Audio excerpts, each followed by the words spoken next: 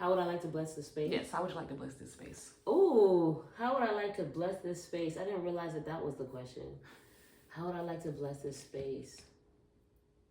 I ask for God to cover me with all the integrity and the love that I've been taught to use as my greatest tool. And I want to be covered with it by like the power of the Holy Spirit level of covered with it. I'd also like to bless anybody watching or listening to this video, to this recording. I'd like to bring in peace and balance and clarity to anyone and everyone connected to this moment. All right, so let's have you introduce yourself. And you are? I am, my name is Anyawu, and I am, first I always say I'm God's child, and I am powerful. I am a lover. I'm a healer. I am. It's true. It's true. And the things that come with that is also that I am healing. I am a change agent. I create change, transform spaces, remold.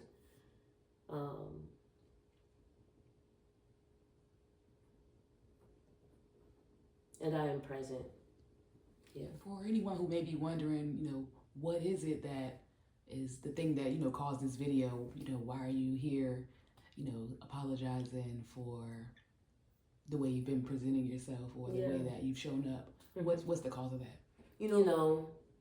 As I'm moving forward right now, what's really important to me is that I am balanced and invested and being my best self in anything that I've come from and anything that I've experienced. And for me, at the stage that I'm at, the level of healing and connectivity I've had to my own spirit in this last year, the work that I've been forced to do, I really want to move forward knowing that anyone that I've had connection to is clear how much I understand, and I am aware that there's been an impact by the way that I've moved, the decisions that I've made through experiencing trauma, responding to it, searching for my healing, doing the work to do the healing. In that, I've isolated, I've tunnel visioned. In responding to trauma and responded to the work that it's necessary to heal, I've went insular many times. And sometimes there have been moments in my life where I've done it consciously, and sometimes it's been what's required. And regardless of what I need to do or what's going on with me, there's still an accountability to the connection that I have with others. And so, without taking in shame and judgment of myself, I think that it's super important to say I understand and I'm sorry. I'm sorry for feelings of abandonment that may have shown up, experiences of lack of professionalism that have shown up, and just cutting the deep connection that I have with anyone that I serve and anyone that I love. And so it's so important for me to be able to move through that stage and not only say it, but welcome experiences, conversations, and moments of that accountability being shared. If there's anything that someone would need to hear from me or see in me that I mean what I say, I'm fully available, and I'm open. Based on how you're feeling now emotionally, what would you say is a good way for people to reconnect with you? That's such a great question. Not because it was the best decision to make, but I definitely locked in 10 toes down, and I made sure that I was at a place where I could hold people coming. I could hold engagement, and I had the capacity to do it without having my feet on the ground. And so I do think that at this point, anyone can come to me in any type of way, where that wasn't the case even like 3 weeks ago, 6 weeks ago. like all these different stages of healing I've experienced over the last 6 months, and then also that I experienced a couple of years ago. I learned that there's stages. There's stages to this. There's that saying like that. I don't know what movie it is, but one character he says, it's levels to this. You know what I'm saying? And so that's it's just so real. In the stage that I'm at right now, I'm so full. I'm so nourished, and I'm so aligned. I'm sure that things stir up the spirit. It stirs up the experience, and I'd have a hard time with certain experiences, or I could be challenged. That's fine, but I can hold it. And so, any way is possible. I think the best ways are text messaging is helpful. I'm not dealing with it now, but something that I learned that was happening with the PTSD as I was experiencing is that I was really triggered by phone calls, and I was really triggered by messaging or just talking what's happening as opposed to feeling and experiencing nourishment and care. Just talking about or renaming or recanting what's going on with me would actually feel more shocking to my system, because it was like a hamster wheel of continuously going of what's not working, what's hard, or what's harmful. And so in being triggered from that, there was like a way that I've learned to not be attached to my phone, to not be engaged with my phone, and to not accept it as a new medium that holds everything that we do.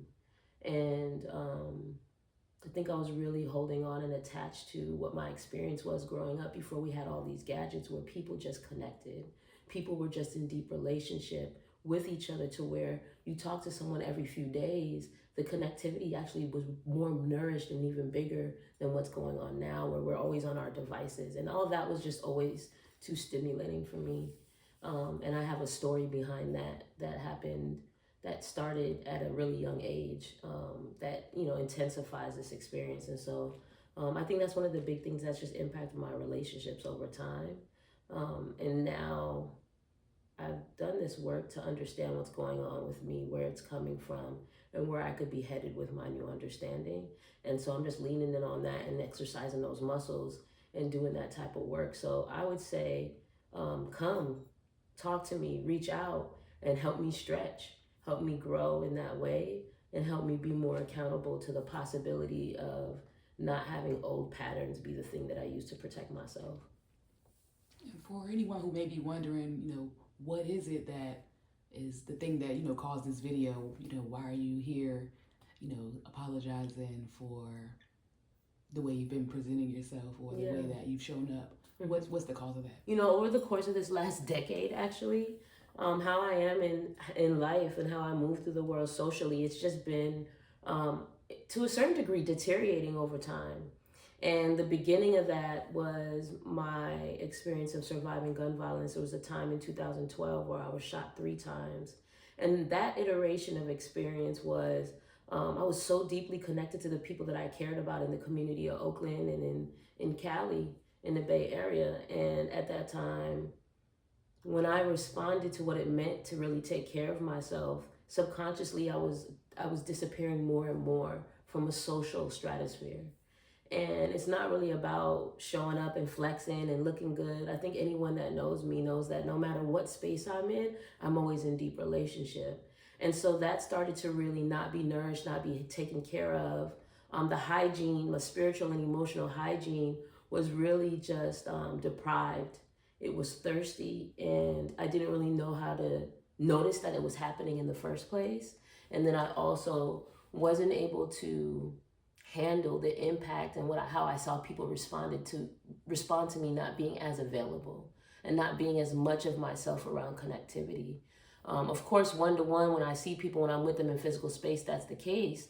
But when I wouldn't be in their space, I was completely withdrawn and isolated and in a silo, restoring myself, nourishing myself. And, some people even describe that as being an introvert. I see videos online talking about, introverts do this because, but what I've learned as I heal is that while that works, it's not necessarily serving the human need, because of like how our nervous system functions, how we can have opportunity to realign and restore from trauma. We really do need energetic feedback.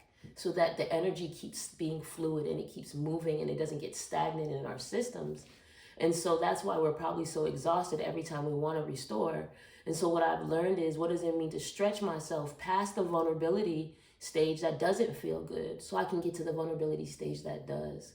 And that was something that I did automatically and naturally before my first experience of this big trauma crisis that happened in my systems, in my body, in my spirit, in my heart. And so after that shooting and surviving it, it was just a step at a time process of understanding how to get back to myself and remember myself, bring my members of spirit and vessel back to me, both physically and spiritually. And so from that, I already fell back a little bit. But then I reestablished the same type of vibration in Brooklyn. And then for the first time in 2019, I believe, I experienced a really big shock that triggered a PTSD crisis in me. And the shock was huge. It was devastating, horrified for sure, and it was just a moment. And so while it was just a moment, being who I am, being how I am, I realign myself with my daily routine and the things that I do, not really taking time to consider what's happening in the subconscious and what work is happening deep in my soul and deep in my spirit. And that's something I would usually know to do, but I wasn't. I think that the human root was growing and expanding so fast that I wanted to do well. And in wanting to do well, I wasn't being able to replenish my well, my humanity well. And so I think that I know that there were a lot of moments, conversations, responsibilities, opportunities that I really couldn't be full in because this experience was swallowing me whole. And not knowing that I'm going down and I'm spiraling down this hole that I've been swallowed into, there were different symptoms and things that were happening that I wasn't able to track at first. And so simultaneously, I'm excelling really fast while simultaneously that trauma impact is happening really fast. And so PTSD is kicking in. And eventually I got to a place where light was painful, sound was painful, touch was painful. And while that was starting to happen and intensify, the pandemic hit within a few months of that hitting me so deeply. And so I think that there was even a way that the pandemic may have overshadowed how much the human root wasn't able to really fill its well and be the space, the container, that safe container in a full way as people were used to experiencing it. And I think that there were things that were slipping in ways that influenced clients, potential clients, past clients, that I really felt as a community. You know, the way that I show up in the world, you're not just a client, you're a part of my community, my inner network of self. And so that was really hard for me to hold space for, as well as for the folks that worked with and for the human root. Just the ways that I moved was really based on deep relationship, and to show up so differently and be a reactionary experience, be in a reactionary experience that you have no control over because of someone else's actions and behaviors of not being present, is uncomfortable, confusing, and disappointing. And it doesn't feel good to be on the other end of that. And so those are the type of things that went on. And then immediately as I was coming out of that and I was ready to go back into community and really start stretching my arms wide again and showing up fully again with this new understanding around healing, this deeper commitment to what it takes to be present in healing, I got diagnosed with breast cancer. And the first thing I thought was, I'm tired. Like, I'm not tired on my daily, but like, I'm tired around the journey. And this is a time where in the marathon, I want to pause for a moment. And you, Spirit, Universe, God is presenting me with another deep, deep, deep, deep stretch. And I know what it means to recuperate from those type of deep stretches. I don't know about this. Like, I don't see how, why, what, Like none of those answers had any spaciousness for me. And it was something that I was like, I'm just not in the mood for that. And of course, based on who I am, I showed up for it. But I would say that I had just gained these tools, these skills, and these ways of being that really allowed me to not have to return to the ways that trauma had kind of knocked me around in the past, in the ways I just described. And now, as I'm just getting them and I want to practice using them and everything like that, because we need practice, we need muscle memory, we need pattern, we need commitment, we need investment for things to take form after we decide what the change is, right? After we decide to commit to the change, we got to actually exercise it before it has long-term exponential impact. And so in my mind, I'm like, yo, I just got here. I just leveled up, which is a trip because I remember when I got shot, right before that, I was thinking, yo, I'm just leveling up. And so it's something about these moments, these transitions that resemble each other in a lot of ways. And so with the breast cancer, I say the breast cancer because I don't really believe in calling it something that's mine, something that I was in deep relationship with. But I don't want to call anything that believes it can come back, that it's welcome to return. And so I'm not going to use language like it's welcomed or invited. So the breast cancer, when I was diagnosed with the breast cancer, I had felt like that. And then it was surgery 1, surgery 2, IVF retrieval, which is another surgery, and then also radiation. And those things have completely different experiences, completely different ways that they take from your body, completely different ways that they play with your resilience and what you've nourished so far in your system, in your being, in your way of showing up in the world. And then I went through a hormone treatment that had a particular medication that had so many side effects that I received. It's like everyone has different experiences of different treatments, but the treatment, the radiation treatment, and the treatment that relates to the hormone treatment that they wanted me on for 5 years, it took me out. And I'm telling you, like, I was, anybody that knows me knows that I don't really take L's like that. I show up to win, and I know that winning is a journey, and I'm committed to sharing the space so that we could all get there. And all the ways of me and what I've learned to master since the day of birth to now, they were just all off the table. It really was, all my systems were in crisis.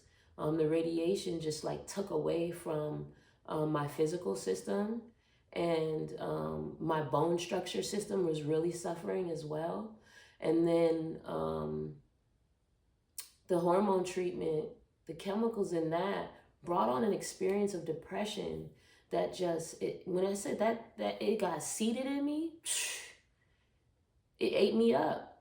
It ate me up. It had me not really thinking like myself, feeling like myself. And the biggest thing that had me really pause and be like, wait a minute, I'm going to take control regardless of the information I have around me. I'm going to use that as data, and I'm going to make the decisions rather than believing, standing in, and investing in other people's decisions of how this goes.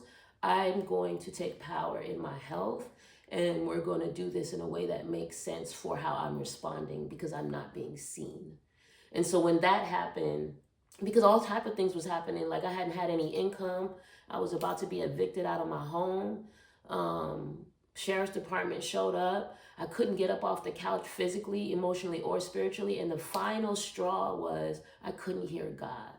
And when I'm like, yo, if I can't hear God, how am I going to be who I'm supposed to be? How am I going to really fulfill my purpose? How am I going to be the warrior that I am, the mother that I am in my soul, the intimacy that I bring to the spaces that I walk into, the way that I balance power, connection, and love? Those things drive me, they inspire me, and they teach me where to go in my life. That's my compass. Like, if I can't hear God, that's not the plan. And we're not doing it. And so that attitude about it really spiritually nudged me and picked me up and put me on my feet. And even though things was wobbly and I wasn't whole, I was clear that any work that I've ever done with anyone in my journey, anyone that I've served as a doula, as an herbalist, as a change agent, as an activist in youth development, in community spaces, in the classroom, coaching and loving on other educators, intervening mm, in evil, when evil is happening and trying to harm or hurt the soul and the spirit of other people, coming into institutional spaces and intervening in that. Like all those skills that I had to learn, practice, and pour back out, I had to put in action for myself, and I went in deep. And I created regimens for myself. And so that's what's happened. I've come to a place that the regimens, the practices, and the knowings that I've shared with the world around me as I've journeyed this lifetime. I had to put it into deep practice for myself, hold myself accountable, but be the participant, be the coach, be the trainer, and be the onlooker. I had to take on all those roles at one time and say yes to myself. And then I had to nourish myself. And now I want to nourish myself with relationship. I want to nourish myself with the human root. I understand that no way in which I've been harmed, hurt, or done that to others is there a reason for me to not continue this work as the human root, as the ideation and the vision that's been given to me to fulfill my purpose. And that there's okay to have pauses, there's okay to have experiences, of course, accountable for them and responsible for outcomes and circumstances. And also, ain't no reason to stop the train from moving because we got things to deliver, you know? And so I'm really looking forward to what this work looks like with the things that I've gained and learned by doing this work with myself.